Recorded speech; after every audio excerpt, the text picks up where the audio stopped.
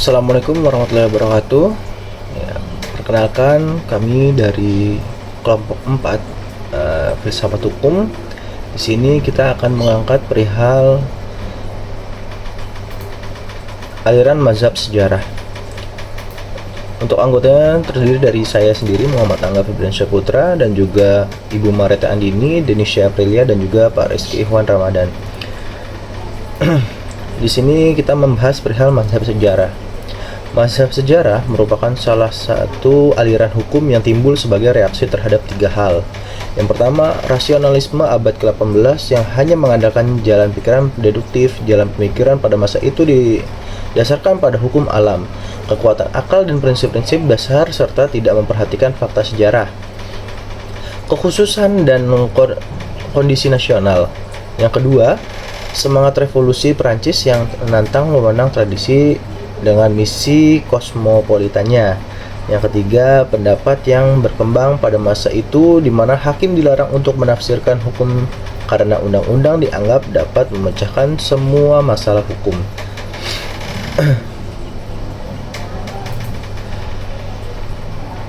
Untuk selanjutnya, konsepsinya mengarah pada bangsa, tepatnya jiwa bangsa, Volksgeist.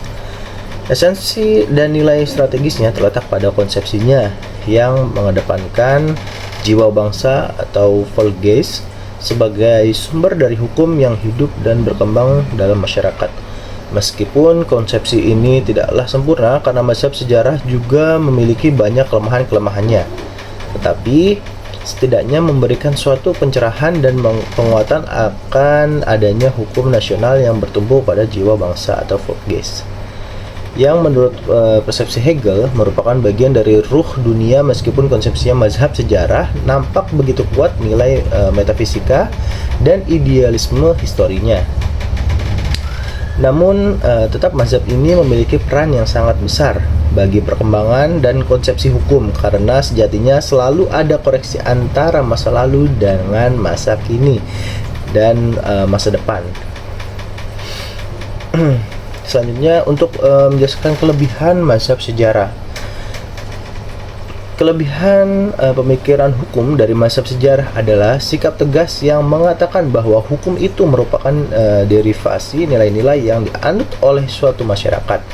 Dalam kaitan itu dapat diasumsikan bahwa hukum yang demikian akan mempunyai daya berlaku sosiologis.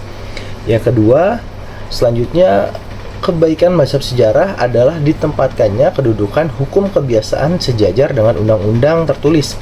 Sikap semacam ini dapat mencegah kepicikan orang akan wujud hukum yang utuh. Kemudian membahas perihal kelemahan mazhab sejarah.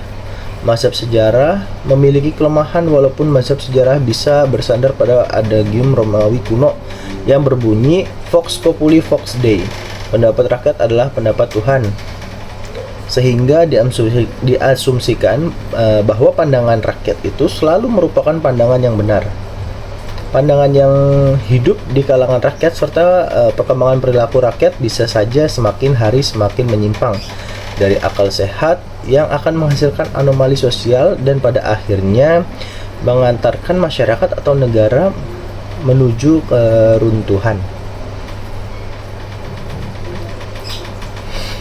Kemudian mazhab sejarah dinilai memiliki kelemahan, yakni yang pertama, tidak diberi tempat bagi ketentuan sifat tertulis atau perundang-undangan. Padahal dalam masyarakat modern, ketentuan yang berbentuk tertulis diperlukan demi adanya kepastian hukum, terutama untuk menghindarkan tindakan sewenang-wenang kekuasaan yang sifat absolut. Kemudian yang kedua, tidak ada kejelasan mengenai kesadaran hukum.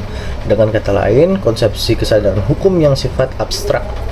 Yang ketiga, itu konsepsi mengenai jiwa rakyat tidak memuaskan banyak pihak, bahwa hukum yang baik adalah bersumber dari jiwa rakyat ini. Tetapi dalam sebuah tulisannya yang lain yang membahas hukum Romawi, bahwa hukum Romawi merupakan hukum terbaik. Untuk selanjutnya akan dibahas atau dijelaskan kembali oleh Bapak Rizky. Silakan Pak Rizky. Baik, di sini saya akan melanjutkan presentasi dari Pak Angga mengenai tokoh aliran mazhab sejarah. Yang pertama, aliran Friedrich Karl von Savigny pada tahun 1770 sampai 1861. Dunia ini terdapat beragam bangsa, di mana tiap bangsa memiliki polges atau jiwa bangsanya masing-masing. Aneka ragam jiwa bangsa tersebut dapat dilihat melalui berbagai ragam bahasa, adat istiadat, dan organisasi sosial masyarakat yang dimiliki oleh setiap bangsa. Perbedaan jiwa bangsa tersebut juga menimbulkan perbedaan pandangan tentang keadilan, bahwa hukum mengalami perubahan sesuai dengan keadaan masyarakat dari masa ke masa, sehingga tidak mungkin ada hukum yang bisa berlaku untuk semua bangsa. Hukum timbul bukan karena perintah penguasa atau karena kebiasaan, tetapi karena perasaan keadilan yang terletak di dalam jiwa bangsa. Hukum tidak dibuat, tetapi hukum tumbuh dan berkembang bersama masyarakat. Catatan penting mengenai pemikiran Savigny. Yang pertama, jangan sampai kepentingan golongan masyarakat tertentu dianggap sebagai jiwa bangsa dari seluruh masyarakat. Yang kedua, tidak selamanya peraturan perundang-undangan timbul begitu saja. Misalnya, ketentuan mengenal serikat kerja di Inggris yang terwujud melalui perjuangan keras. Yang ketiga, jangan sampai peran hakim dan ahli hukum lainnya tidak mendapat perhatian, meskipun jiwa bangsa dapat menjadi bahan kasarnya. Harus ada yang menyusunnya untuk diproses menjadi bentuk hukum.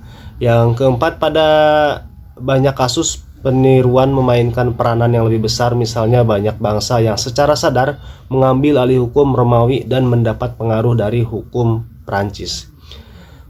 Yang berikutnya ada Pusta tahun 1798 sampai 1846. Pusta merupakan murid dari von Savigny yang mengembangkan pemikiran Savigny. Menurut Pusta, hukum dapat terbentuk yang pertama secara langsung berupa adat istiadat, yang kedua melalui undang-undang, yang ketiga melalui ilmu hukum dalam bentuk karya para ahli hukum. Pusta membagi pengertian bangsa menjadi dua jenis, yaitu bangsa dalam pengertian etnis yang disebut bangsa alam, dan yang kedua bangsa dalam arti nasional yang merupakan kesatuan organisir yang membentuk sebuah negara. Baik, untuk selanjutnya saya lanjutkan presentasi kepada Mbak Denisya. Terima kasih.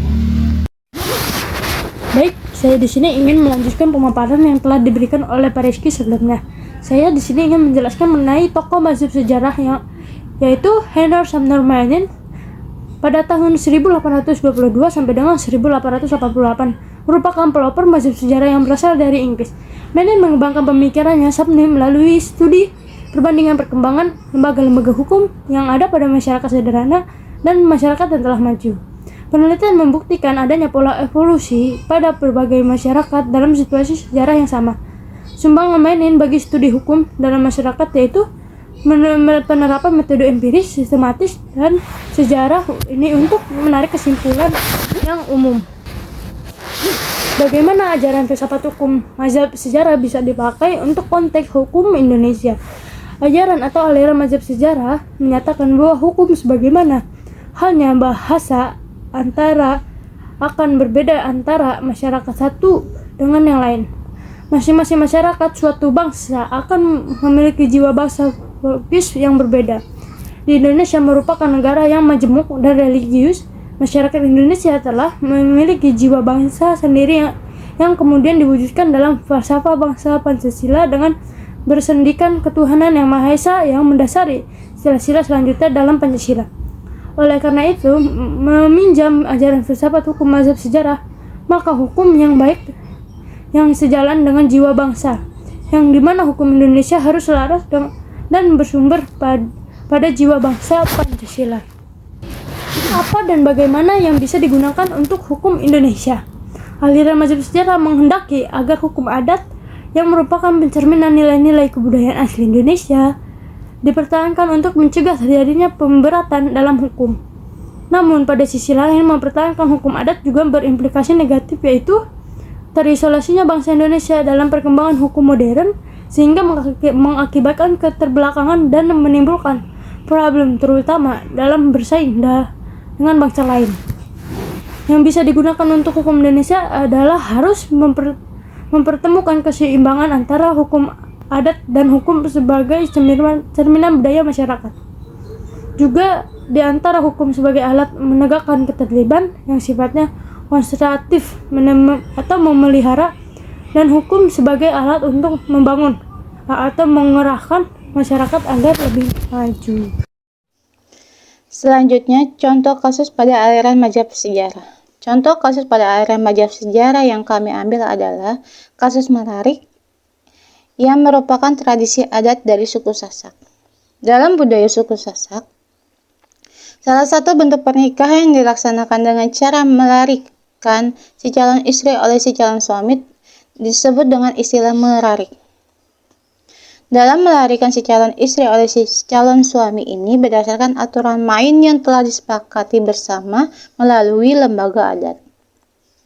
Dalam hukum adat Sasak, tidak diatur secara jelas mengenai batasan umur berapa perempuan boleh dibawa lari untuk dinikahi, asalkan perempuan tersebut telah akil balik sesuai agama, maka usia tersebut dianggap cukup matang untuk menikah.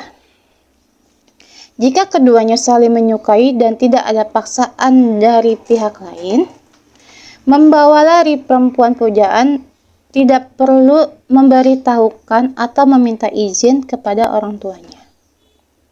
Sedangkan dalam hukum positif, yang dimana polisi, jaksa, ataupun hakim menganggap bahwa pelaku calon suami yang membawa lari seorang perempuan tanpa persetujuan orang tuanya dan diketahui masih di bawah umur merupakan perbuatan pidana dan telah memenuhi unsur-unsur pidana, maka akan dijatuhkan hukuman. Dan hal ini menunjukkan bagaimana keyakinan hakim bahwa membawa lari seorang perempuan tanpa persetujuan orang tuanya dan diketahui masih di bawah umur meskipun untuk dinikahi merupakan perbuatan pidana.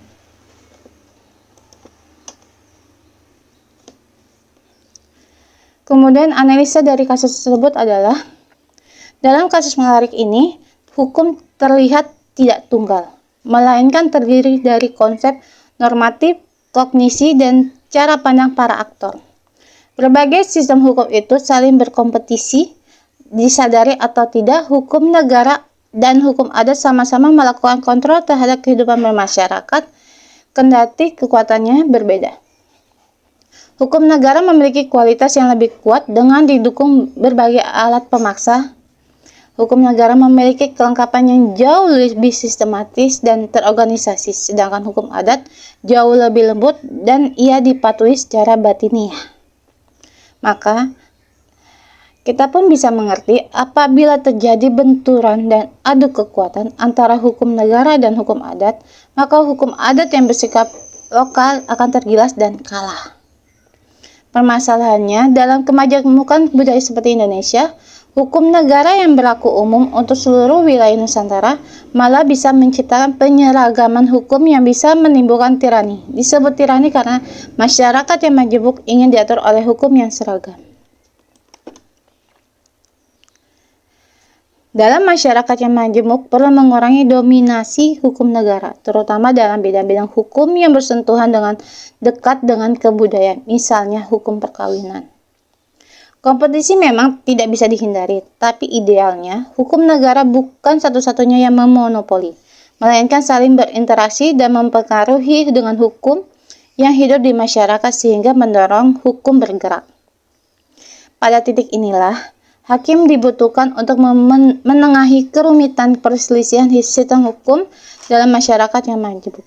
Dalam Hartas ini untuk mensintesiskan perselisihan sistem hukum, hakim tidak cukup menjadi corong undang-undang, melainkan harus mengasah argumentasi hukumnya dan tentu mendengar denyut jantung masyarakat sebelum menjatuhkan putusannya. Ya, oke. Jadi untuk materi ini di sini saya akan menyimpulkan Mazhab sejarah merupakan mazhab dalam filsafat hukum yang sangat penting dan strategis kedudukannya dalam perkembangan filsafat hukum. Esensi dan nilai strategisnya terletak pada konsepsinya yang mengedepankan jiwa bangsa atau Volksgeist sebagai sumber dari hukum yang hidup dan berkembang dalam masyarakat.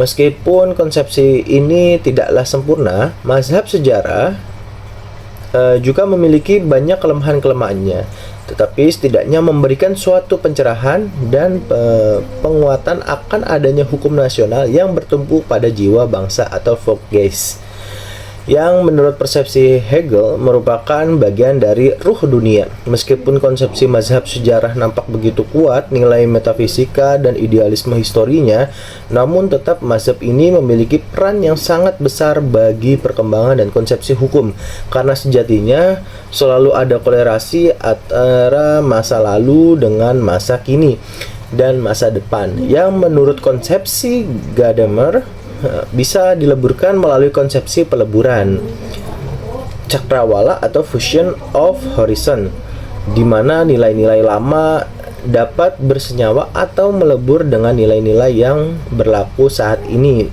untuk mendapatkan suatu produksi makna yang mendalam dan mendasar.